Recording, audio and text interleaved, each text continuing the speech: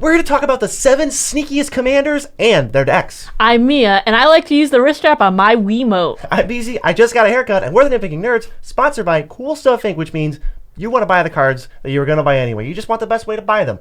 One of the best ways has to be Cool Stuff Inc., because if you use our link and go put in the code NERDS at the checkout, you get the 5% off. We're also sponsored by Dragon Shield, best sleeves in the multiverse. Good sleeves. We also can use the code Nerds at checkout to save 5% of your real money tax dollars on your entire order. Save money on the sleeves and the cards that you're already going to buy, courtesy of us. Just use the links that we're giving to you. You're welcome. Also, Moxfield, somewhere in the ad. Guess where it is? You're wrong. That's not worded right, but guess what? I don't care. Happy birthday to everyone whose birthday is today. And you may have forgotten, but Black Friday, that's today. And if you want a sick, nasty sale, IntoTheAM's got up to 80% off site-wide. We're talking t-shirts. We're talking apparel company that you can trust, that you're going to look super suave in. If you want to look like us, which I know you do, you can check out IntoTheAM for shirts like Calligraphy Sunrise. I'm wearing an entire freaking campfire on my sternum, and I'm loving every second of it. We get compliments on these shirts actually all the time, so we're not just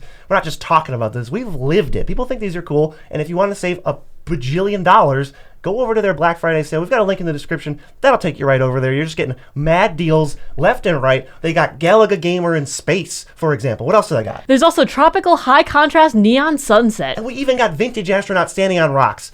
First of all, that's everything you ever could have wanted. But they also have more on the site. So please go to IntoTheAM, check it out. Black Friday mega sale. Link below. But we've got 7 of the sneakiest commanders in the entire format. These are commanders that stick on the battlefield. They don't die as much as they maybe should. They lay low, and it's not even the fault of the opponents against these commanders. It's kind of just like they have the perfect amount of threatening level on them that they kind of just don't die, and they can just demolish people.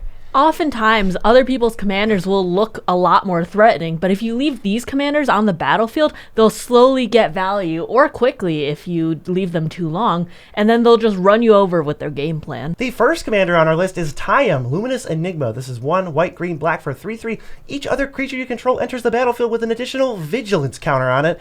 3, remove 3 counters from among creatures you control, mill 3 cards, then return a permanent card with mana value 3 or less from your graveyard to the battlefield. You see that he's adding vigilance counters, and you just kind of look at this card, and maybe some people write it off, but either way, when it comes down, it doesn't look like that much of a threat. It isn't that much of a threat, but it's got this engine built into the deck that just makes it so that this ability, the remove 3 counters thing, just comes up constantly. It fuels itself, and it's kind of like the more times you activate it, the worse it is for you. So as it starts going, you kind of start realizing, you're like, oh, crap, IntoTheAM was a snake in the grass this whole time. I also love the fact that it doesn't specify what type of counters you have to remove, and also the cards that you mill, it doesn't have to be from those cards that you return the card that's 3 mana or less. And the ability doesn't even target, so if they don't respond before you activate and start milling, there's nothing they can do. You're just going to get something back. And it's any permanent, it's not just a creature. I feel like there's 6 or 7 little points in this card where it's secretly better than maybe it looks. It kind of looks like, oh, 4 mana value engine, and then it is,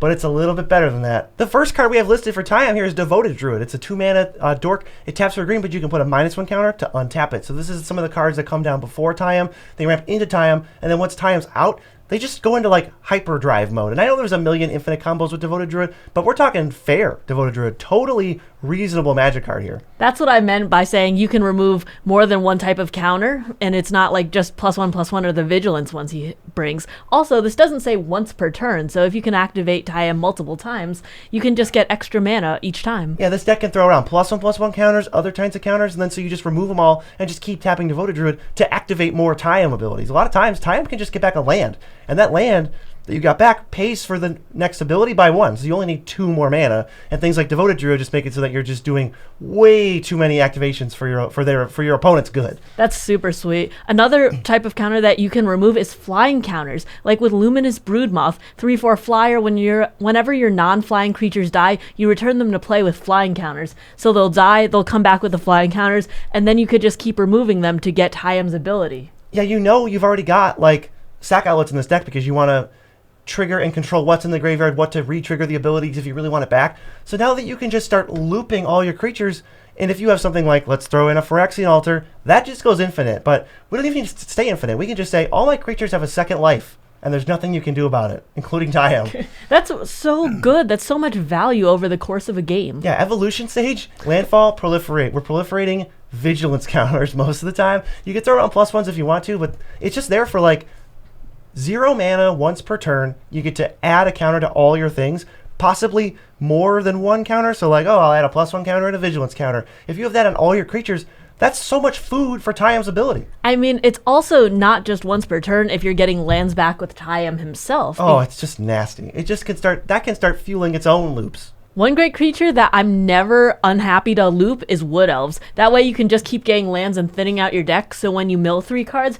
you can just keep bringing back more value, creatures, and just other permanents. This is one of your first cards that you just get to spam over and over, fix your mana, make it perfect, loop this thing 3 times, and now you're good. You're good to go. Wood Elves also help supply mana for more TIAM activations. One of the cards you're going to be looping when you want to interact is Skyclave Apparition. It exiles non-token, non-land permanent, mana value 4 or less. When it leaves, they get a stupid token that they never wanted in the first place, and we can just continuously sacrifice, loop it, mill 3, bring it back. It's going to be that extra bit of utility to just make this deck completely brutal. The other thing you could do if you have sack outlets is just respond to the ETB trigger.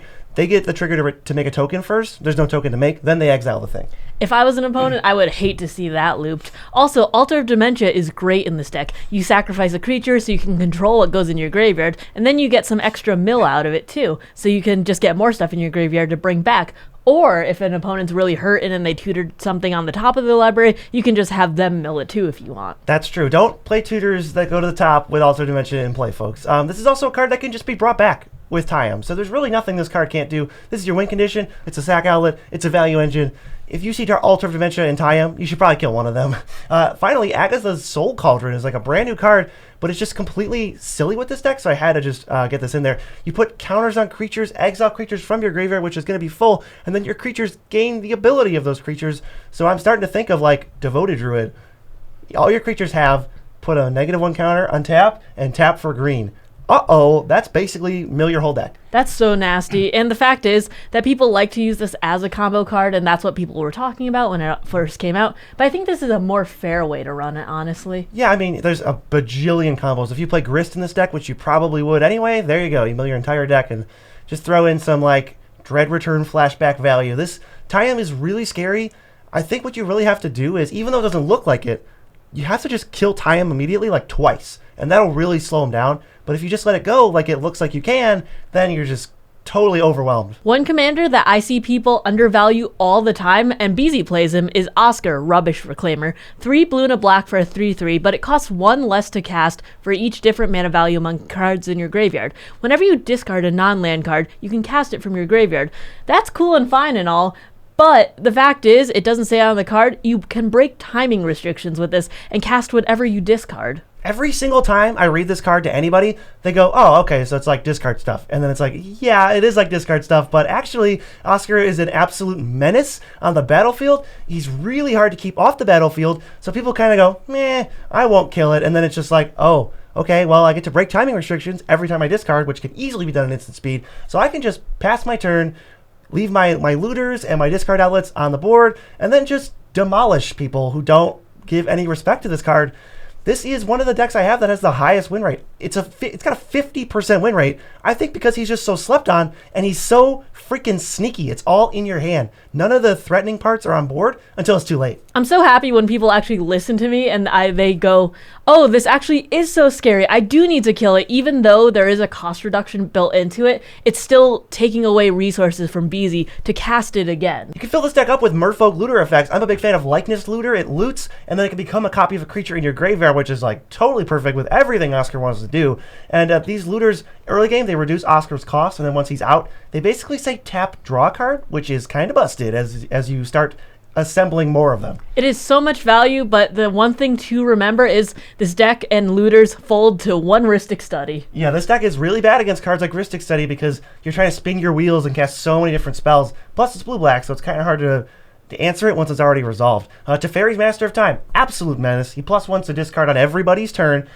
phases things out to threaten, and time stretch. This is a very good win condition for the deck because you can reliably ult Teferi easily. It's so easy when you're plussing and defending him at instant speed with creatures or with a counter spell or with whatever. All the time you go up cards. It says draw 4 cards per turn cycle, ultimate in a turn and a half, and you win the game. Honestly, I feel like if we were doing the sneakiest planeswalkers, Teferi would be top of the list. People don't respect the fact that he can activate every single turn. Archfiend of Ifnir is another absolute menace. It is not fun. If you're trying to build a fun Oscar deck, take this card out of your deck, because whenever you discard, it shrinks all your opponent's creatures permanently. Not only is this card hard to answer, it has madness, so if you're trying to surprise people, so maybe someone else casts a wheel or whatever, you go, whoops, here it is, cycle it, draw a card, then play it. Or, well, cycle it, play it, then draw a card. And it just kind of demolishes people. It's a permanent board wipe that they have to answer, or they cannot play creature spells. Unfulfilled Desires is also a great card in this deck. 1 mana and a life means you could loot anytime you want, and that's like just such value. That starts getting kind of silly. And you fill this deck with all sorts of baubles and like Mox Ambers if you want, and any sort of little trinkets, Wayfarer's Bauble even, Mishra's Bauble. You play them as you discard, so every time you activate, it's 1 mana, 1 life, and you drew a card. Okay, sure, I think I'd play that Magic card. Phase of the Devoted drains them whenever you discard, so that's another like slow-ish win condition, but you discard so much in this deck, it's so easy. You just want to pack your deck full of anything that says draw a card, discard a card, because it says draw a card, actually. Yeah, this deck isn't like a super fast deck, but it hits hard, if you know what I mean. Pretty much every spell in the deck that says draw or discard is actually draw a card, then you can cast a card from your hand at instant speed. So this is where Oscar just becomes like an absolute menace, because it doesn't look like the card says that. The card has 2 lines of text, and they're both like, oh, okay, I've seen that stuff before. But you haven't really in this way. See the Truth's a really cool cantrip. It's like an Anticipate, but if you cast it from anywhere other than your hand, like your graveyard perhaps, you basically just draw 3 for 2. That is so nasty. I've seen you. That's just Ancestral Recall. It is Ancestral Recall for 2. It's like a super treasure cruise. All-Seeing Arbiter is also another great one in this deck. When he enters the battlefield or attacks, you draw 2 and discard 1. And when you discard, a creature gets -X/-0 until your next turn, where X is the number of different mana values in your graveyard. That's going to be so high, and especially if you have like cycling cards that you can discard at instant speed, you're just going to be able to nuke everyone's threats. This card is so dirty. You have all your discard effects at instant speed. So you just make it so that no one can ever attack you. Like literally, if you're in a combat-based meta, you really can't die with this card out, because they're going to send their creatures at you, and you go, okay. And you just go plus Teferi, activate Likeness Looter, cycle my card, and now your creatures have no power. I think the one thing to remember about this deck that BZ kind of found out about building it is it does lean high power no matter kind of what you put into it. I built a $50 version of this deck, and it was still like, I felt like I was pub stomping, and I had to eventually scale it up to just this deck is max power, so that we can't really have, I don't want to have any feel bads, right? I don't want my opponents to feel bad. So I say before the game, it's like no holds barred, like I got fast mana, I got tutors, I got like a bunch of crap, and I'm gonna spin my wheels, baby. This is the one deck where Soul Ring's allowed. Heck yeah. Next up, another sneaky little lady. This is Jaheira, Friend of the Forest. She's 2 and a green for a 2/3. Tokens you control have tapped, add a green, and she has choose a background. And you can choose a bunch of different backgrounds that synergize with her, but whatever she's trying to power out, you got clues, foods, treasures, bloods, maps, junk tokens. She just poops them all out, and then you storm off by casting more of them, and draw spells that cast more of them, and that just produces more of them. And the way to stop this is to get Jaheira off the battlefield, but she just kind of looks like a 3-mana 2/3. Yeah, and you can make creature tokens, you can make enchantment tokens. Any token will tap for green, which just makes this so unstoppable at times. It's really a snowball effect. So the first couple turns Jaheira's out, it'll only look like an okay card, which is where the sneakiness comes in. It's just like she's actually kind of silly, but she takes, a turn and a half to get going. Honestly, people think I'm crazy because our friend has a Jaheira deck and multiple of them, and I go kill Jaheira instantly to the table, and they're like, why? That's a 2/3 that makes mana. And I'm like, no, you don't understand. It makes too much mana. It's going to have Street Urchin as one of the potential backgrounds. You can tap your tokens for mana, and then sacrifice them to deal damage. So this is kind of like your built-in win condition. It seems slow, but I think I would classify this as a win condition because of how many mana and tokens that Jaheira can make.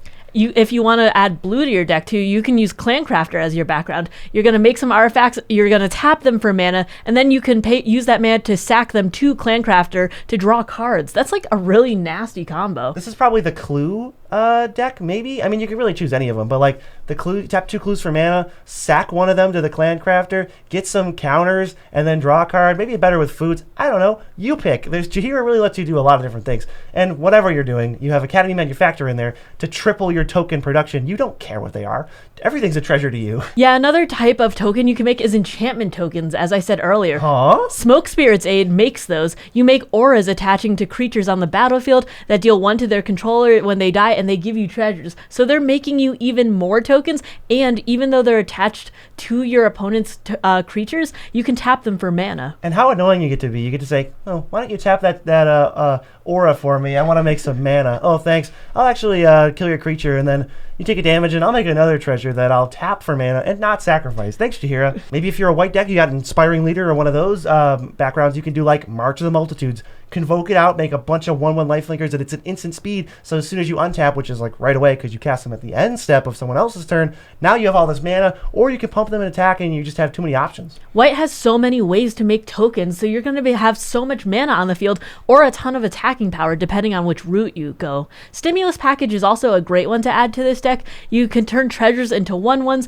and if you want later, you can tap creature tokens to make more mana. And if you start getting like haste on your creatures, which is totally a reasonable thing to do in Gruul, you can like tap your treasures for mana, sack them for tokens that now tap for mana, and it's like, holy crap, this turn's going to take 5 minutes at least. If you want to do black, we got to throw one in for you too. Camber the Plunderer is really interesting because when their opponent's creatures die, you gain one and you get a blood token. The blood token can tap for mana to pay for another blood token, which is just kind of like sick value. And there's nothing you're paying for it. You're just going to get to filter all your cards while the game gets played. Honestly, that's pretty spicy. Camber isn't a big threat on its own, but it gains you so much advantage. I've never seen anyone use like spot removal on it. Camber almost qualified for this list. Honestly, Camber is pretty sneaky, but she's more of a 99 card, I feel like. But if you want to talk about something that sneaks up on you, how about Balmor, Battle Mage Captain?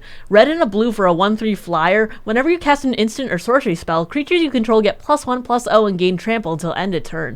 This doesn't seem that threatening on its face because you think, oh, maybe a pump here or there, or trample. Is it? What's it really going to do?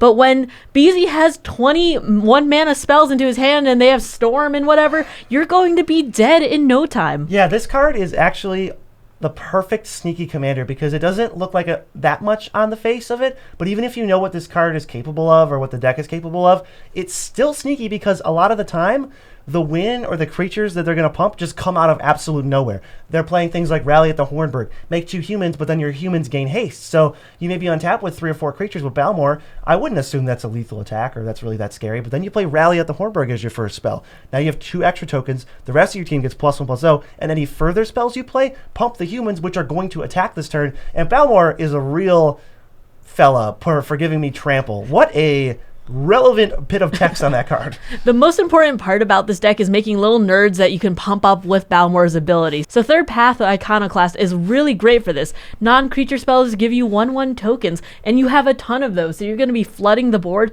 and then you're also going to get that overrun type effect. Yeah, you're also going to see things like Temp with Vengeance, make X hasty 1/1s. Each opponent can do that. We don't care at all because if they do it, we get them again. And actually, we hope they do it because they might think, oh, it's a blocker. It's like, but no, really, all my stuff's going to get +3/+0 and trample, and you still have 1/1s. +3/+0. That's low for this deck. We're shooting low. One of Balmor's absolute BFFs is Vadrik Astral Archmage. Makes your spells, your instants and sorceries cost 1 less for each power he has. So if he's a 3/2, you get 3 reduction on your spells, which is completely nuts because Balmor pumps him every time you cast anything. So it's a 1/2 punch that is like almost unbeatable. That is so good. It's the only card that I think is good enough to introduce day and night into the game for. It's worth it. It is well worth mildly inconveniencing yourself. You're also going to want Harmonic Prodigy because it doubles the triggered abilities of wizards and shamans. So not only is that Balmor giving +2/+0 trample every time, but random stuff like Gutter Snipe is a shaman. So you deal 4 damage whenever you cast an instant or sorcery. There's actually a lot of wizards in here, so it will stack up to be a lot of advantage. It really does. Yeah, they all have triggered abilities too. Sorcerer class, one of the best win conditions for this deck. Not necessarily for all spells decks, but this one's special because it makes so many tokens. The first level lets you draw 2, discard 2. Then your creatures can start tapping for mana for instants or sorceries, or to level up this to level 3, which says now casting an instant or sorcery deals X to each opponent, where X is the number of instants and sorceries you cast before this turn. So now you are just annihilating them. It really kind of explodes. You don't even need combat. You just go, I have 9, 10 creatures out. tap them all for mana, and deal 5 damage to you, 6 damage to you, 7 damage to you, and that's going to be enough to close the game out. It's like an alternate win condition that just skips the whole combat thing. Usually this is winning by combat, but that's a really good backup plan. Mizzix's Mastery is also a really good backup plan for this. You're going to exile, copy, and cast 1 instant or sorcery from your graveyard, but or you can overload it to do them all, and it's so good because each of these exiles and casting counts as a cast towards Balmor, so each time is a +1/+0 to your creatures. Yeah, you're going to have you can have 5 creatures out, overload this, and easily win the game. You're going to be making more creatures with haste. They're all getting plus, 10 and +0. You're resolving 10 Magic the Gathering spells that all have effects on top of that. So this is just this will bury people. It almost feels like overkill, but even just casting it for 4 gets you 2 Balmor triggers, which is sweet. It's actually really funny. I've seen people die to 2 1/1 goblins with this deck because they're like 25-25 or 25-0. That's the sneakiness of this deck. And my deck is a budget deck, so I'll throw like end of turn Goblin Wizardry, make 2 1/1s with prowess. So then they see that I have Balmor and 2 1/1 goblins with prowess. And that's actually just enough to take people out of the game. So, props to you, Balmor, for being one of the sneakiest rascals on this list. But up next is a commander that Mia has actually played a fair bit of. It's Baloth Baratel, Entertainer. 4 and a red for a 2/5. Creatures your opponents control with power less than his are goaded. Whenever a goaded attacking or blocking creature dies, you get a treasure token. Care to explain what's so sneaky? It's really sneaky because people don't kill him fast enough, so a lot of their little stuff is goaded. You end up getting a lot of treasures out of it, and you can sacrifice those to either use it for mana purposes, or there are other things that we'll talk about that just give you incremental advantage, like sacking artifacts. I play Baloth with Noble Heritage. It actually grows his power, so more creatures will be goaded with every turn cycle that this stays out. And I also get protection from the people who take the counters, which is really, really good because I go, well, if you want to swing, you could just swing somewhere else. Well, yeah, but that's the sneaky thing about it is it's like a double bluff. It's like, oh, I'm giving you the counters so that you can avoid the goad. And they're like, well, okay, I don't want to run this into a death touch creature or something, so I'll take the counters. But now it's like you have protection from them. So most of the time, their attacks can't hurt you even if they aren't goaded. So it's kind of just fueling this fire, and that's the sneakiness. That is the sneakiness. People just go, I'll take the counters, I'll take the counters, I'll take the counters. And then what happens every time, almost every time Mia's playing this deck, she is one of the last 2 people. She's at 45 life. Seriously, that's like the number she ends up at. They're at 12 with a couple creatures with counters on them, and she's like, okay, great. Attack you with Baratel, you're dead. Yeah, there's a lot of great effects that you can use with him, like Fling, if you just need that extra chip of damage right at the end. Why not just play Super Fling, Chandra's Ignition, deal X to each opponent, where X is Baloth's power, which is going to be huge, especially with Noble Heritage, but there's a ton of other backgrounds that can boost his power, or even just, cards in your deck that you're playing, equipment, whatever, and you can just take people out with it. Usually I don't have that many creatures except for Baloth, so it is a pretty good way to wipe the board and just let me chip in for commander damage, which I have hit 21 with Baloth before. Easily. Yeah, and if you want to play other creatures, Together Forever is pretty sweet because it distributes 2 counters, and then when your creatures with counters on them die, you return them to your hand. You're obviously playing this with Noble Heritage, which just poops out counters anyway, and it just makes it so that they look at Baloth and they go, I can kill it, it'll go back to your hand. Or I can kill this other thing, and since I'm goaded anyway, I'll attack you and get some damage in, and Mia's just like, sure, great play. Absolutely. Good idea. Yeah, honestly, Baloth sticks around for a really long time, and it's not till later in the game that people think, ooh, maybe we should kill that. But by then, Baloth, since he starts at a 2/5, is like a 15-19. Yeah, and don't forget about that treasure ability. Jolene the Plunder Queen is going to work well with him because she's going to give you extra treasures, and that's whenever they're attacking or blocking creatures die, because they're pretty much all going to be goaded anyway. You could probably play that with, Raised by Giants, because that makes Baloth huge, and it curves right into him, and everything's going to be forced to attack that way. It also gives another place to put your treasures if you don't have spells to spend it on, because she can get pumped if you sacrifice 5 treasures. And if everybody's goaded, they're not going to have that many blockers, and she can just crash through. If we want to talk about a great goad engine in here, though, Agitator Ant is the way to go. Everyone can put 2 1/1 counters on their creatures, but those creatures end up goaded. However, when you put them on yours, it says until your next turn, so you will always have the creature not goaded. It's not intuitive, and it doesn't look like it does that, but yeah, you get the counters for free. Your creature's goaded until your next turn. Your creature can't attack between your end step and your next turn, so you're fine to just take the counters for free. Throw them on Baloth, get everything else goaded. It really gets super punchy. players are going to start feeling like, with Baloth out and stuff, that they can't not take the counters, and then when they take them, they just kill each other faster, and it's all great for you, because that's what this deck wants anyway. Yeah, this is definitely great for those combat-based metas, but this is an absolute house. Cyberdrive Awakener is really great in this deck too if you're going with Clan Crafter, considering you're making a lot of treasures, and you could turn those treasures into 4/4 artifact creatures and just swing out on your opponents. It's like a 2-card Wrecking Crew. You play Baloth, he controls the entire game, you pump him up with Clan Crafter, which could sacrifice literally the treasures that he's making, and then you just turn all your treasures into 4/4s and kill whoever's left. One of my favorite cards in here that BZ hates when it's out is So Duelist annoying. Heritage. It gives double strike to one creature that you can choose for each combat. So I always go, if you attack someone else, I'll give it double strike. And they go, oh, okay. And then it's like goes from 6 to 12 damage, and he just groans. And that's only assuming they have a choice. Most of the time, they're forced to do it anyway, and you just go, give that double strike. Oh, what is that? A 6/3 flyer? I'll give a double strike. And it's like they've already been forced to attack somebody else, and it just makes the blocking that much more impossible. Throwing around more chumps, you're killing utility creatures because players can't just afford to die and take 12 to the face.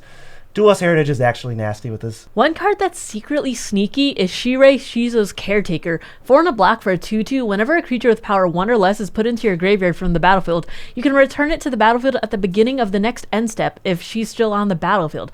The really important part about this, though, is that it's not just your end step that things come back. If you can sacrifice something every turn, you can have it come back. What makes Shirei so sneaky is all the cards in the deck look like draft chaff garbage. You could seriously build a $10 Shirei deck, and it would be really good.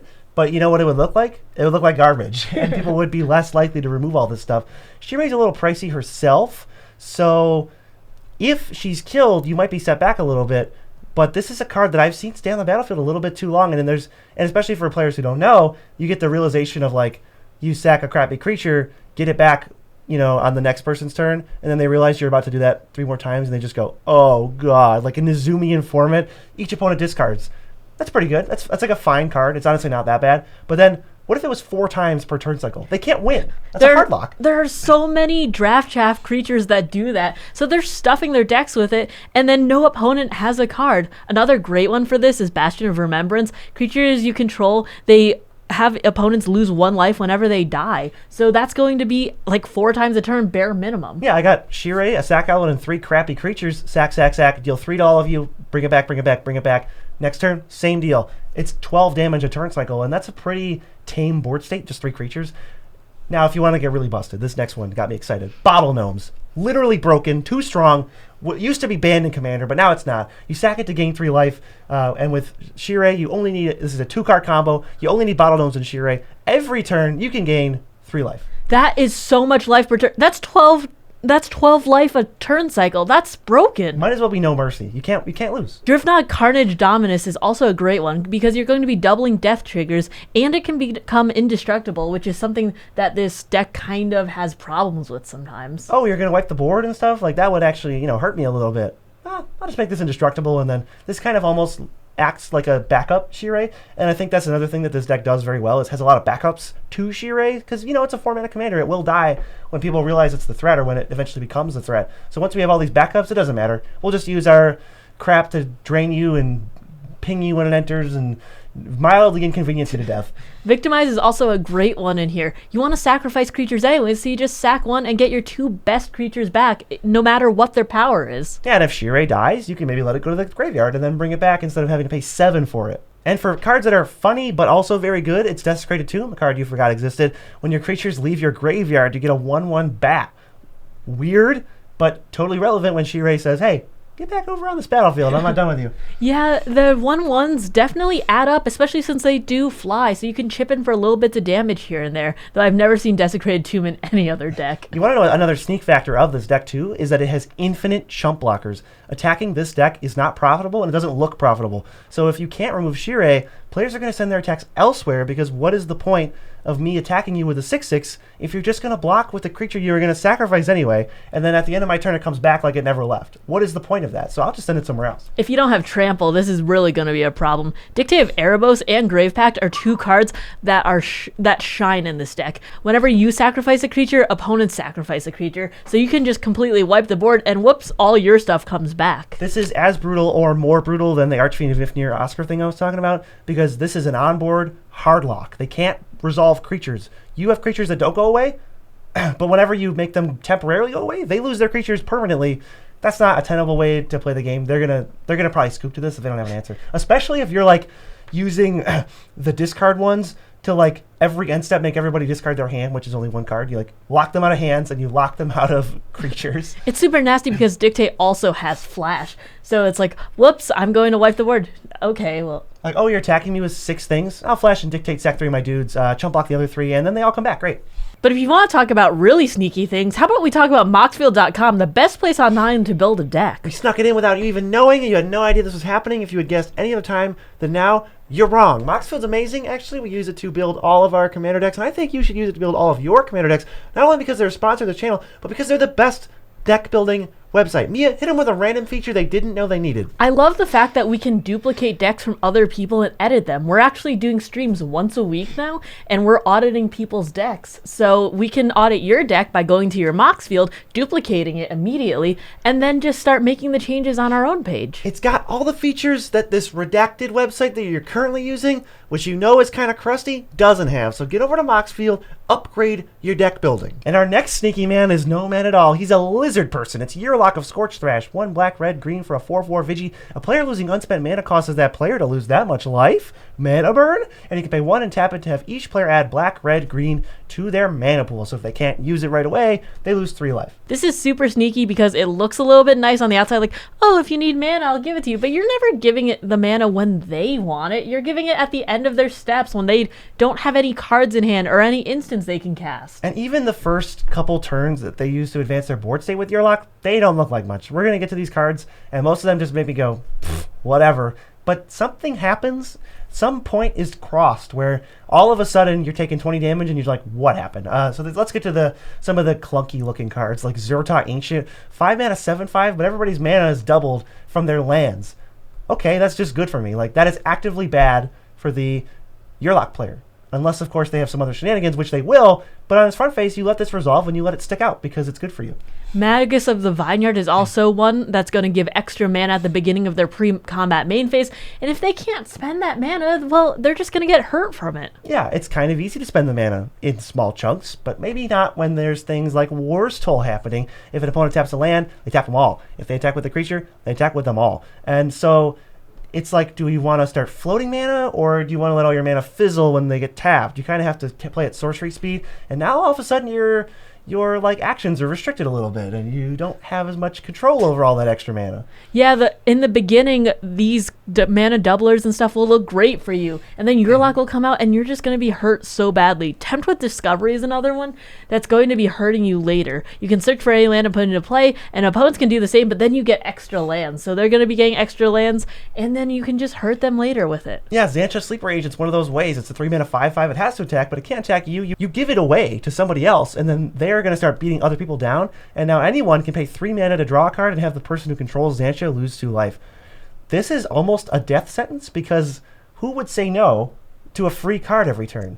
If I activate Yearlock and give you 3 mana, that's how much mana it costs. So if you can't spend that mana another way, why would you not just draw a card and basically bully the Xantcha controller out of the game? Yeah, why would you not just... You're not going to be taking 3 damage to save the Xantcha player. Let the other player lose 2 life. Honestly, if they don't have cards in hand, I've seen Xantcha players just take the card themselves and hit themselves. Yeah, it's been done if you got to find an answer. There's also Rune Reflection. When you're getting mana burn for all this stuff, when you have uncontrollable mana that you can't spend, you get dinged. And this says you get dinged again. You're going to be adding a lot of cards like this in your deck, like Archfiend of Despair and that new one that just came out. The Bloodletter of Aquazats? Aquazats? Yeah. That's going to make you lose so much life in the long run. Umbral Mantle is an amazing card with this.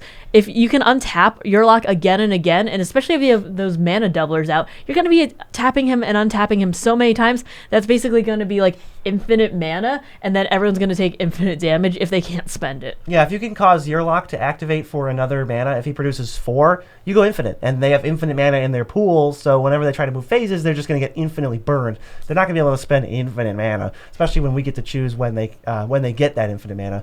Without it, though, it's still really good. It turns Yearlock into a fireball, so you can pay 1 mana and give everybody 3 mana. That's, like, except for you. You pay 1 mana to give the opponents 3, and then you kind of break even and have to pay 1 into his ability again. That already is, like, fireball game over type stuff. That's a pretty big chunk of damage, especially in the later parts of the game when they've already been burned by him a little bit here and there. If you like sneaky commanders but want to know the exact opposite type of commander, we have the most unstoppable commanders in the entire format ready for you. What's the tip of the day, Mia? Preheat your oven before you bake things.